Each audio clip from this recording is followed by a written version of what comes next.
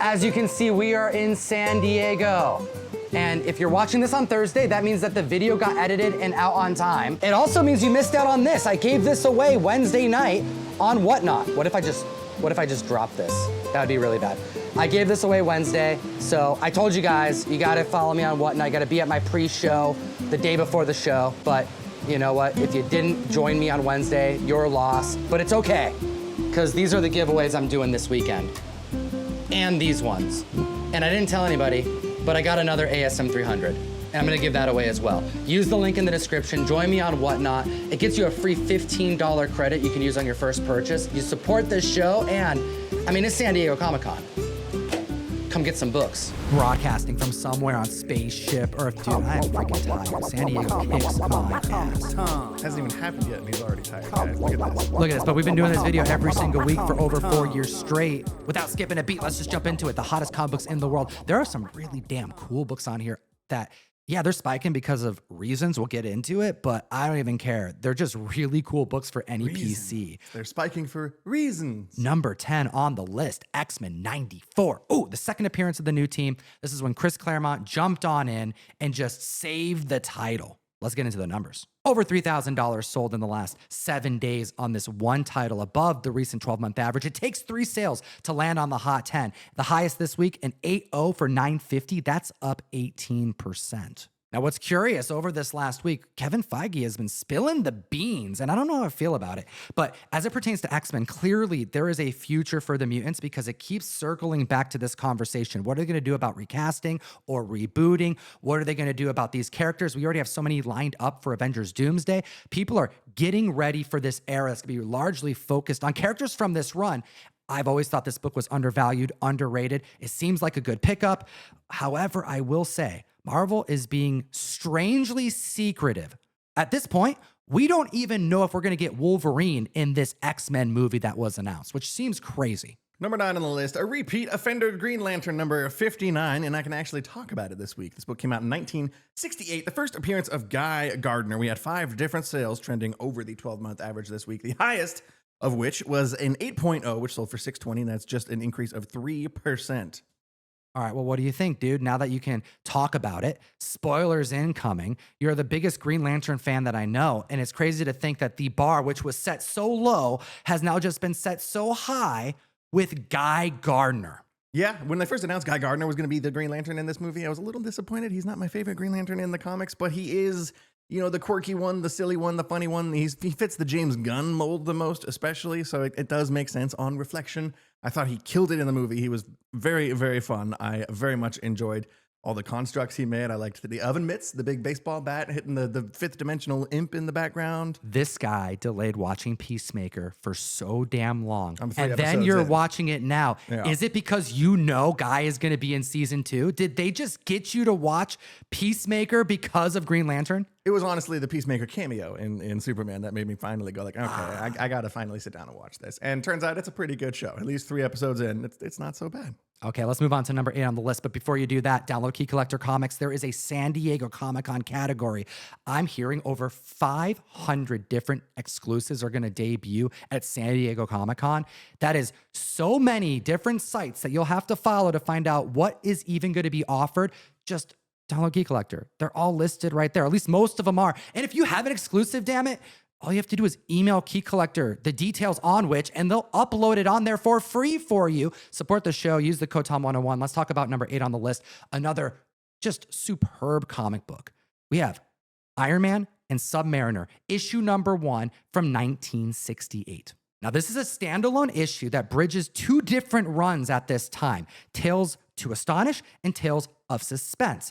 And we get both characters that are leads from these runs, Submariner and Iron Man. They debut here in this standalone issue as mentioned, so that they can all then go off to their own comic book run, Iron Man number 1 and Submariner number 1. This book is awesome, does not get enough love, and both characters are like seemingly absent from the MCU. So like we'll get to that in a second. But a 9.6 had a very strong sale, $2,100 for an increase of 4%. And there's a 210 in there, so I'm still shouting out Madam Web. Kevin Feige mentioned in an interview this week a lot about like rebooting, recasting, post Secret Wars, multiverses, allowing actors to take on characters we've already seen before. In reference to like Iron Man and the mutants, more on that in a little bit. But he mentioned like the transition from Henry Cavill to David Cornsweet. He mentioned like what they've done with James Bond, Sean Connery, and other James Bond actors that have taken on the role quite successfully, which is implying that we may see a different Iron Man. We may see a different Tony Stark other than Robert Downey. Like, how do you feel about this?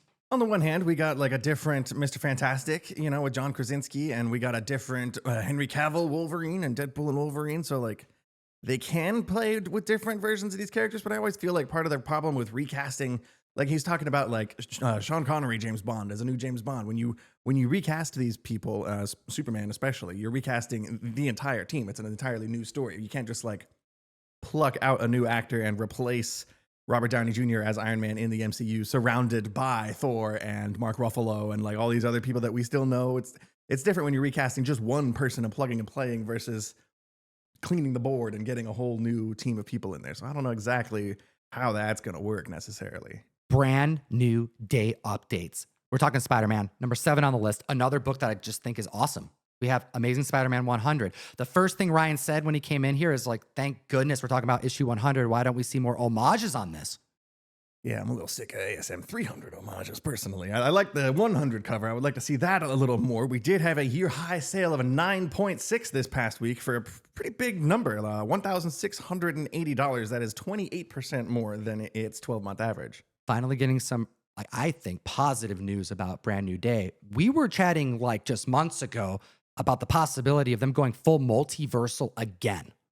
Yeah, I'm a little sick of that. I thought the last Spider-Man movie had a little too much multiverse stuff, but that was kind of the point, you know? Do we want to do that again? Well, it sounds like that's not happening. They're saying, well, specifically, Kevin Feige saying returning Spider-Man to a street-level hero. Cool. I feel like that's what I want. I don't know what the fans want, but that's definitely what I want. I want to see a grounded OG Spider-Man story. Well, no one knows who Peter Parker is anymore, you know? So now he has to, you know, do the friendly neighborhood Spider-Man stuff. And I think that's going to give credence to why another book is on the list. More on that in just a little bit, because we got to talk about number 6 on the list. Fantastic Four 49, First Appearance of Galactus. This is the final week of the movie. By the time they're watching it, the movie's like in theaters. The 7.5 went for 14 hundo. That's up 2% when you compare it to the recent 12-month average. Like $5,000 in comics sold this week. So there's some optimism. I like what I'm hearing. I'm trying to stay away from reviews, but I think we're in agreement. And maybe Jeff is like creating a bias over here on this side of the table. Like, what does he think? What's Jeff's? He thinks it's going to be boop. Oh, he has no faith in this movie. He has no faith in this movie. He thinks Galactus is going to look weird. He thinks the trailers are looking strange. He's not entirely. I'm kind of like halfway. I'm right there with you. Superman like lit a fire inside my soul from like the first preview image to the trailers. Like I was on board. I was very hyped. Something about the Fantastic Four promotional tour lead up era that we're in right now, leading up to the movie, isn't doing it for me. Maybe it's just because it just happened with Superman. I don't know, but I'm Fantastic Four. A little nervous. I just wish that we would have seen more in the trailers featuring more characters, more villains in a world that's not the 616. Like, this is a perfect opportunity for them to go just bananas with any FF villains, to just throw them in. And I think that would get way more people hyped about this. And it seems like it's going to be just such a focus on Galactus and Shellabal that they're missing out on a really big opportunity here. And then also, like, Malkovich, like, that doesn't give us, I mean, they have edited him out of the movie apparently. And anytime that you're making these kind of decisions so close to the movie, I mean, he was in trailer. They used his footage to get people to go to this movie. It gives me not a whole lot of optimism because I don't think they're optimistic. That's what it feels like. So hopefully we're wrong, because the movie's out in a couple days and we're going to find out very soon one way or the other. Number 5 on the list is Uncanny X-Men 101. This right here is the debut of the new powers of Jean Grey. You know, she's reborn as the Phoenix. This is a classic Chris Claremont comic book. And 9.6 went for $14.40. It's up 3%. We had over $4,000 in sales take place this last week. Now, on one end, I see this book and go, oh, it's a cover play. It's a key play. Like, we've seen this so many times in theaters already. They're not going to do it again. But now we're hearing more from Kevin Feige about X-Men. And he's saying that X-Men is a reset. It's a new beginning, not a reboot. Does he have a podcast or something? Where's he doing all these interviews? And like, I don't know. I feel like he's hitting the gas pretty hard in the last week or so. I don't know. The Fantastic Four is about to come out, so that's probably why we're hearing from him a lot. What's the difference between a reset and a reboot? He says a reboot is a scary word. Reboot can mean a lot of things to a lot of people. Reset, the singular timeline, is what we're thinking along those lines. So bear with me here. Avengers Doomsday. Get all the old X-Men with their own timelines. Bring them in. Gotta have Dr. Doom just wipe the slate clean, right? There's no better way to Thanos things than to kill off a crap ton of heroes that we all grew up with. And then post Secret Wars, when the mutant era begins, I guess just pull X-Men teams from other universes, which also means that those other universes, their Jean Grey story, their Dark Phoenix story hasn't been told. We may see this again, is what I'm saying. Whatever we got to do to finally close the door on Ian McKellen and Patrick Stewart and Hugh Jackman and Rebecca Romaine and all the old X-Men, as cool as they were, we need to recast all of the X-Men. I'm ready for whatever new version Kevin Feige's rolling with. I want to know what you guys think in the comment section below, because I'm not sure if Kevin Feige talking about all this right now is a good thing. I feel like it just opens the doors for skepticism. The fact that the movie isn't even written yet is also a little concerning too. If he's out there making all these like proclamations and theories and questions and stuff, like they don't even know what they're doing yet because the script is still being written. So like, it feels weird for him to be publicly talking about things that aren't even finished behind the scenes. Number 4 on the list is Silver Surfer number 3. By the way, if you like what we do, you want to support the videos, join the community, comictom.com. We have a mystery box, but we also guarantee some stuff in the box. And one per box is a San Diego Comic-Con exclusive. Fantastic Four number 1, Dr. freaking Doom by John Boy Myers. It's a cool cover. I was literally just bagging and boarding a whole bunch of them yesterday. It's a really, really close up. John Boy Myers, I don't feel like we've seen a lot of like extreme close-ups from that guy before too. So it's cool to get this much detail, especially on Dr. Doom, who's not you don't really see a lot of detail of his face very often either. Yeah, join the community. We only have under 300 boxes for the entire month. We've been selling out month over month. It's the John Boy effect. Link in the description. Let's talk about Mephisto at number 4 with Silver Surfer number 3. Ado up 15% for $855. Post Riri, debut of Sacha Baron Cohen's Mephisto, has put this on spec radar, but also the book is down royally. I mean, the book hit over $55,000 in a 9.8. Last sale in June, $38,000. That right there tells you just how much hype there was for the debut of Disney Plus, WandaVision being the first show, and there was so much speculation on it. But get this. This is what Kevin Feige had to say about it. He's talking about WandaVision. He's talking about Mephisto, and that he was, quote, never part of WandaVision, wasn't on the slate, wasn't on the notes. They had no plans for Mephisto. He basically was just going down this rabbit hole of like, oh, there's no spot for Marvel's Devil in our MCU right now. Like, how would we even make that work? I mean, he was part of Thanos' storyline in the comics, so it would make sense to utilize him. I think that the only reason why Mephisto even became a thing was because the community was expecting it so hard that we willed him into existence. I think so. I think we if summoned anything, the devil. Kevin was probably via going, Kevin Feige. Should we have actually included Mephisto in this? Damn. I feel like Kevin Feige might be in the room with us right now. Like, we're talking about him every single number. It's some like a Candyman effect. Like, he's just going to pop out of a corner. He says the plan is clear. Theoretically, there's going to be more use of Mephisto. But that also doesn't make me feel too good because how many characters have they introduced that they haven't used? Like Pip the Troll, where are you at? That's maybe my biggest beef with Marvel right now. Like Hercules, Moon Knight, Blade, where the hell's Blade? She-Hulk, all these people they have like... Star Fox. Yeah, Scar. Son of Hulk, with the haircut. There's all these characters, all these awesome looking characters with cool haircuts that they've introduced in the past 5 years or so, and they're never like, how do you cast Sacha Baron Cohen and not have like a second, where does he go next? Like, we're just gonna pop him in here into Ironheart real quick, and then I don't know, getting a little flustered here with the MCU. Number 3 on the list, Amazing Spider-Man 129. 9.2 went for 31 hundo, up 8%. First appearance of the Jackal. But also, side note, first appearance of the Punisher. And we know he's going to be in Brand New Day. And Kevin Feige had some things to say about it. Of course he did. I don't know if this is good, though. But also, it's kind of what you expect. Brand New Day is going to be PG-13. Okay. So Kevin Feige said straight up, the Punisher, John Bernthal, Spider-Man will encounter in Brand New Day will not be the same ultra-violent vigilante from Daredevil Born Again. It's a street-level crime as opposed to world-ending events. It's a PG-13 movie. He can't just mow down people. So what is Punisher going to do in this movie? I think he's going to do what we expect him to do based off of this comic on the list. Punisher does not know Spider-Man's a good person. No one knows that Spider-Man is a good hero. So maybe we're going to see Punisher, have to figure out. Trying to take out a vigilante swinging all over the city.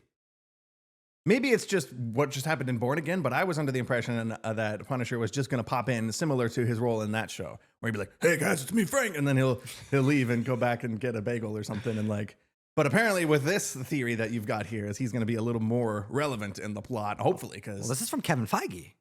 The man knows what he's talking about, supposedly. I don't know. What do you guys think? Are we going to see Punisher be a little lackluster? Could this harm his future in the MCU, or what could have been? Because if you pull him out of Daredevil, Born Again, and his special, and kind of remove what. I think the hype right now on Punisher is the fact that he's full Punisher right now. Yeah, that he's fully violent, that he's getting his own special in a few months at the end of this year, I think, right? Or is that next year? Either way, this is going to be the biggest platform that John Bernthal's Punisher will have ever had. Like a live action SpiderMan movie. Up until now, he's only been in TV shows and stuff on Disney Plus and Netflix. So on the one hand, that's cool that more people will get to see the character. But if he's a neutered, toned down, Disney-fied version of the Punisher that people were worried we'd get all along. So steps back. Is that a good thing at all?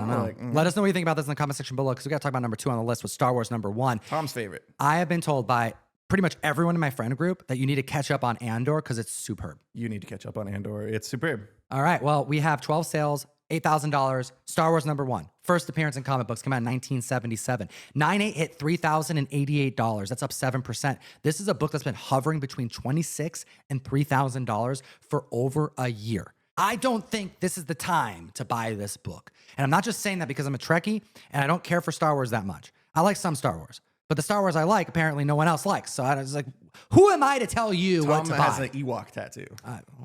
Don't ask where it is. Don't ask where it is. But we do have 8 new 9/8s in 30 days. Where the hell are these books coming from?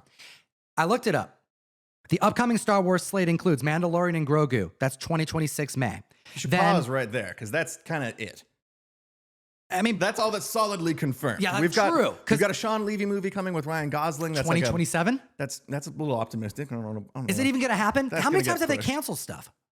Don't even talk to me about Star Wars 1313, man. I still want to play that video game from well over a decade ago that never materialized. There's no live action Star Wars TV that's currently on the slate or being worked on. We did get a Darth Maul animated series announced a few months ago. But I don't think any of these particular properties are going to hype up this collectible enough that by the time we get there, there's not going to be, 8 new 9/8s a month? Isn't this the time to buy a book like this? If there is no Star Wars anywhere on the horizon, if the only thing is a Mandalorian movie that's coming out in who knows when? The reason why I don't think it is because when you look at the prices right now, it's trending too close to what it's been going for while the census increases. I predict that the census is going to keep going up. We're going to see a lull in Star Wars, and then when it hits, it's not going to hit hard enough, because what has hit hard for Star Wars in the last couple of years? Andor. That's kind of it. That's it. And that didn't do anything to this book. So maybe if you wait a little bit, the census goes up by 50 freaking 9/8, and you can get this book for sub 2,500. Let me know what you think. I could be completely wrong. And let's get to the number 1 hottest book in the world. Have you hit the subscribe button? We need your support. Damn it, Ryan. You can hit the unsubscribe button if you really want. I won't care. You should probably go do it just to mess with Tom. Yeah, Ryan doesn't give a crap, dude. Number 1 book on the list this week, Giant Size X-Men. Number 1, the classic, the iconic from 1975. We had 7 different sales, all trend over their 12-month average this week, the highest of which was for a 7.5. Didn't do that much higher, though, over the 12-month average. Just 2% increase, $2,425. So we got X-Men 94 at number 10, barely hanging on, but that's mostly because of how inexpensive it's gotten and how hype and underappreciated it is with all the X-Men news. And then we're finishing off the list with Giant Size X-Men number 1, the first appearance of the new team. I think this right here just perfectly encapsulates us. This is the focus of collectors. This is the next era that is that has the most optimism. As a DC fan, I'm very bitter about that too. Superman's riding high right now. All we got on here is Guy Gardner, and there's all kinds of X-Men books. There's one Fantastic Four book on here the week that movie comes out too. I think that X-Men, mutant play is very much warranted. But we got to start looking at DC books. I think this is a call to action now for the community. yeah, pick up your books Green that you're excited Lantern about. 87. John Stewart. That show's coming out early next year. Aaron Pierre, Rebel Ridge on Netflix. Go watch that. You will be excited to see Aaron Pierre as John Stewart in Lanterns early next year. I know I am. That book's gonna blow up. Look at DC books. Look at those Silver Age appearances of DC villains. What about the Bat family? I want to read some Metamorpho stuff now after Superman. I want to go see it 3 times now. I want to go for round 3. How many of you saw Superman more than once? Let us know in the comment section below. And as always, Cake responsibly. All right, so we got a giveaway. We do them every single week. This week is for this Alex Ross crypto cover, Superman 680, classic as I'll be hell. announcing that in a few days with Russ. All they have to do, you tell them, you practice. What do they have to do? Practice. You got to go to comiccon.com. A little pop-up will pop up on your screen and say, hey, you want to enter in your phone number to save 10%, I think is what it asks you. Yeah, that's pretty cool, saving 10% on our website. But also, you're entered in to win every single giveaway we ever do from now until forever. That's right. We source all of the giveaway winners from this list because we can contact you, and you also keep up with all of our drops. And you should, because San Diego is this week. If you're at San Diego, look out for me in the comics section. There you go.